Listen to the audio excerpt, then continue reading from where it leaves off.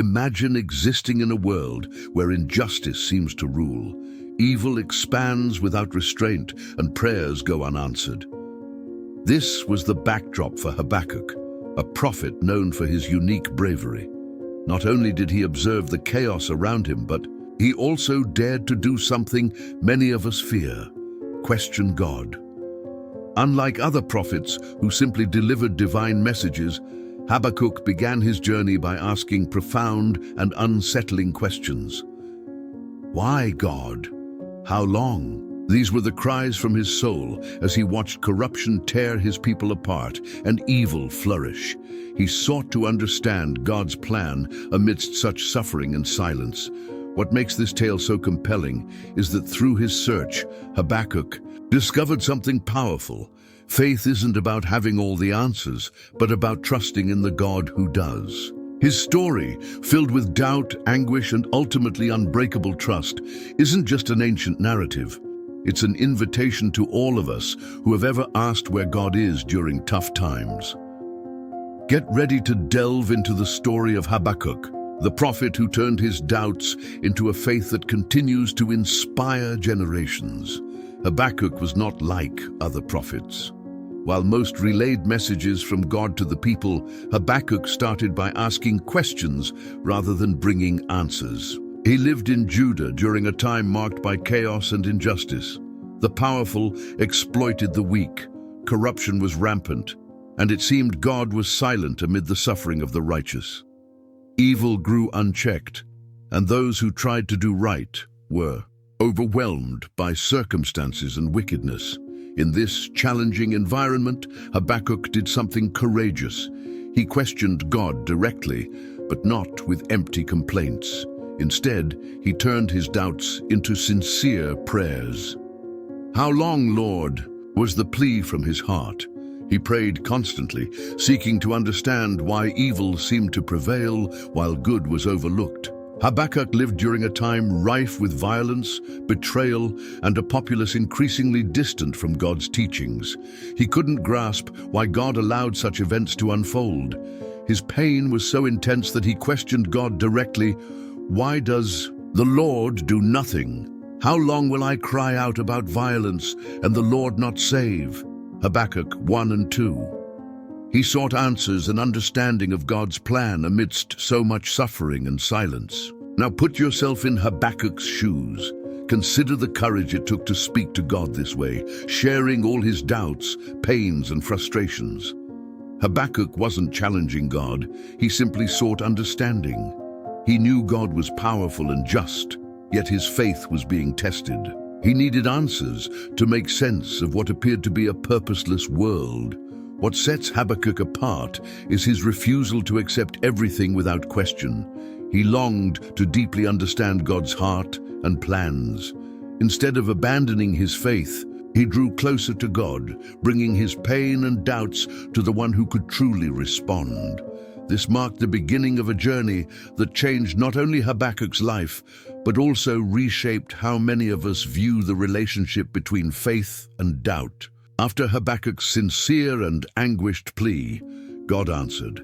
But the response was unexpected, leaving the prophet even more perplexed. God revealed that he was indeed at work, even when it seemed he was silent.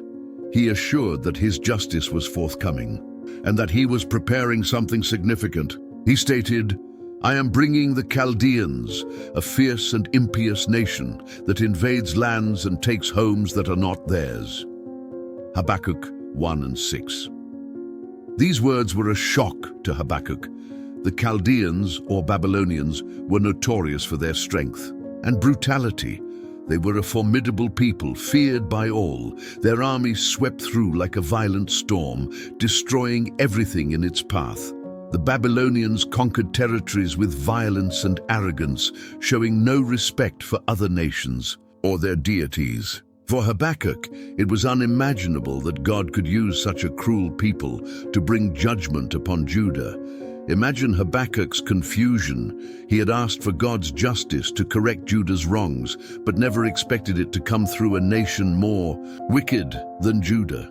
It was as if God was saying, "Yes, I see the corruption in Judah, and I will act, but I will use the Babylonians as instruments of my judgment." Habakkuk was bewildered. How could a holy and just God use such a wicked nation to correct another? He knew Judah needed discipline, but the idea of punishment coming from the Babylonians seemed inconsistent with God's character. Habakkuk questioned God once more. The Lord is so pure that he cannot tolerate evil or accept injustice. So why does he allow the treacherous to thrive and remain silent while the wicked destroy those more righteous than they? Habakkuk 1 and 13. Now, imagine his turmoil. It was as if Habakkuk had asked for rain to end a drought and received a devastating storm instead. He desired God's intervention, but didn't foresee the Babylonians as part of the divine plan. Habakkuk wasn't rejecting God. He was trying to understand his ways, which often exceed our comprehension.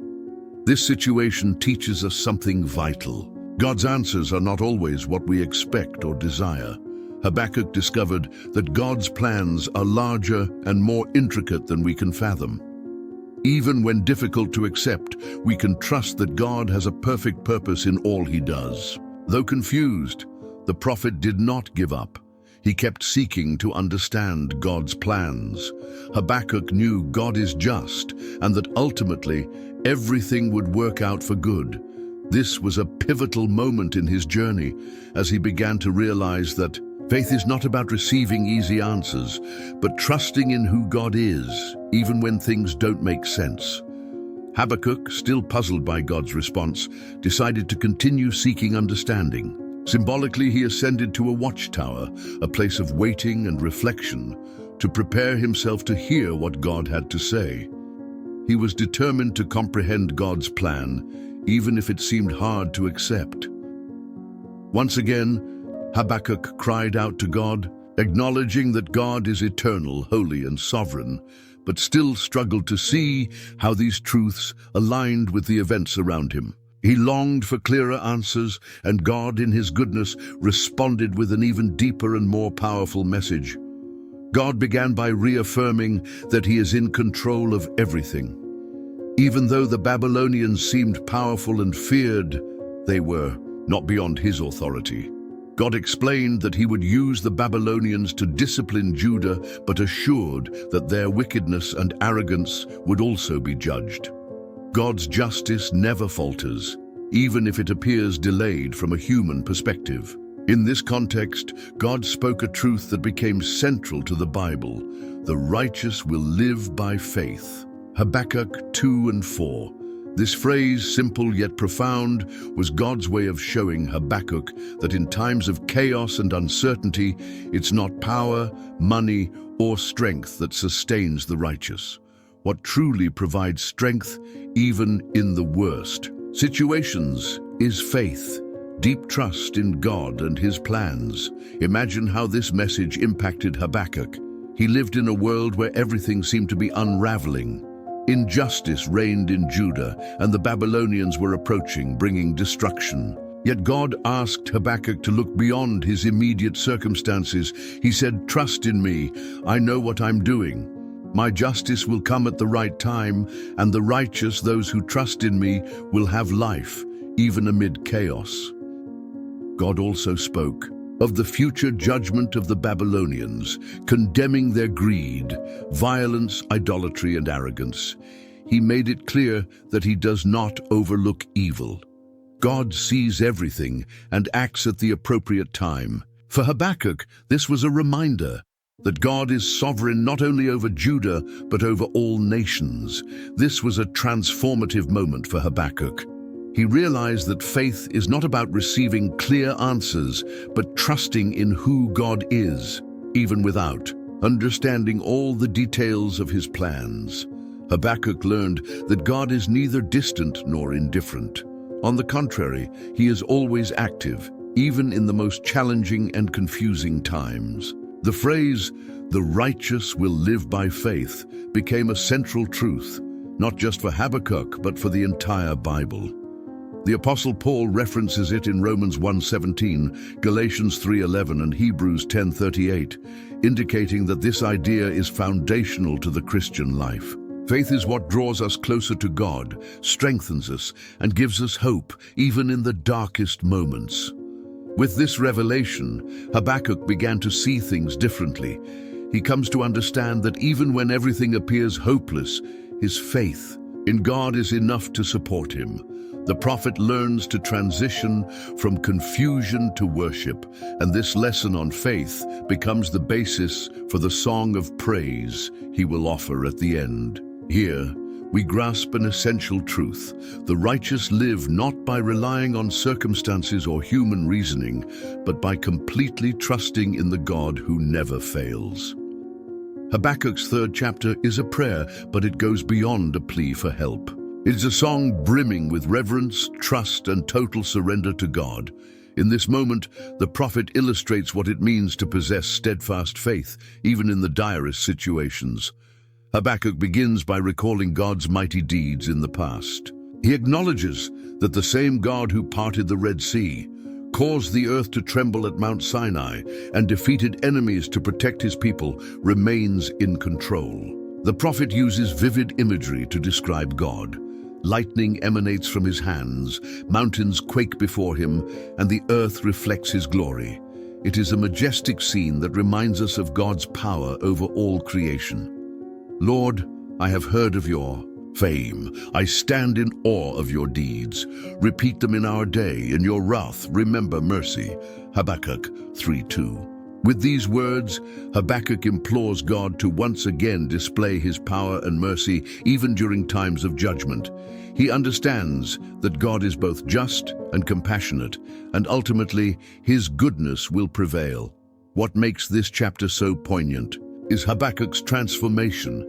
He shifts from remembering God's past works to accepting the present situation. He sees the impending disaster, the Babylonian invasion, the destruction of Judah, and the suffering of the people. Habakkuk does not pretend that everything will immediately improve. Instead, he bravely faces reality and makes a remarkable declaration. Though the fig tree does not bud, and there are no grapes on the vines, though the olive crop fails, and the fields produce no food, though there are no sheep in the pen and no cattle in the stalls, yet I will rejoice in the Lord. I will be joyful in God my Savior. Habakkuk 3:17-18. These words reveal a faith that transcends circumstances. Habakkuk understands that crops may fail, flocks may vanish, and life may be very difficult, but he does not base his joy on material things, security, or comfort. His joy is in God, in the certainty that he is the Savior and the true source of hope. Habakkuk concludes his prayer with a statement of strength and confidence. The sovereign Lord is my strength. He makes my feet like the feet of a deer. He enables me to tread on the heights. Habakkuk 3:19. Picture this scene. Habakkuk, who began filled with doubts and anguish, ends with confidence, like a deer climbing mountains with ease and assurance. He has learned to trust fully in God, even when the path seems challenging and uncertain. Habakkuk does not understand all the details of God's plan, but he knows that God is sovereign, faithful, and worthy of all praise. This prayer is more than just a highlight of Habakkuk's story. It serves as a timeless example of faith and hope for all of us. Habakkuk teaches us that even in the most challenging times, when everything seems hopeless, we can look back and remember God's power in the past. He is the same God who parted seas, toppled walls, and sustained his people in the wilderness. That memory fortifies our trust because it reminds us that God has always been faithful and has never failed to fulfill his promises. Habakkuk also challenges us to trust God in the present, even when circumstances make no sense. It's natural to want immediate answers or quick solutions, but Habakkuk's story shows us that true faith goes beyond that. It is not based on what we can see or understand, but on who God is, sovereign, just, and loving. This trust in God's character gives us the strength to face any challenge, knowing that He is in control. Furthermore, Habakkuk inspires us to look forward to the future with joy. He reminds us that God acts at the right time and that even when it seems delayed, His justice and goodness will prevail. This certainty allows us to have hope amidst chaos, because we know the story does not end with suffering. God always has a greater plan, and ultimately, His glory will be revealed. Habakkuk's attitude imparts a powerful lesson: nurture a faith that says though instead of if. Though the crops fail, though the flocks disappear, and though life is full of challenges, we can choose to rejoice in God. This faith does not depend on favorable circumstances, but on a deep and unshakable relationship with the Creator. It is a faith that does not seek external guarantees, but finds strength in the certainty that God is our fortress. Habakkuk shows us how it is possible to transform pain into praise and doubt into trust. He concludes his prayer with a declaration of strength and victory. "The sovereign Lord is my strength." This phrase encapsulates a journey of faith that faced difficult questions but found answers in God's presence. It invites us to do the same: trust, persevere, and rejoice in the Lord, even when everything around us seems to be falling apart. Ultimately, true strength comes from God, and it is in Him that we find the reason to continue moving forward, regardless of circumstances. Now, share in the comments if you already knew Habakkuk's story. Leave a like and share this teaching with more people. Also, subscribe to the channel so you don't miss upcoming videos. May God bless you.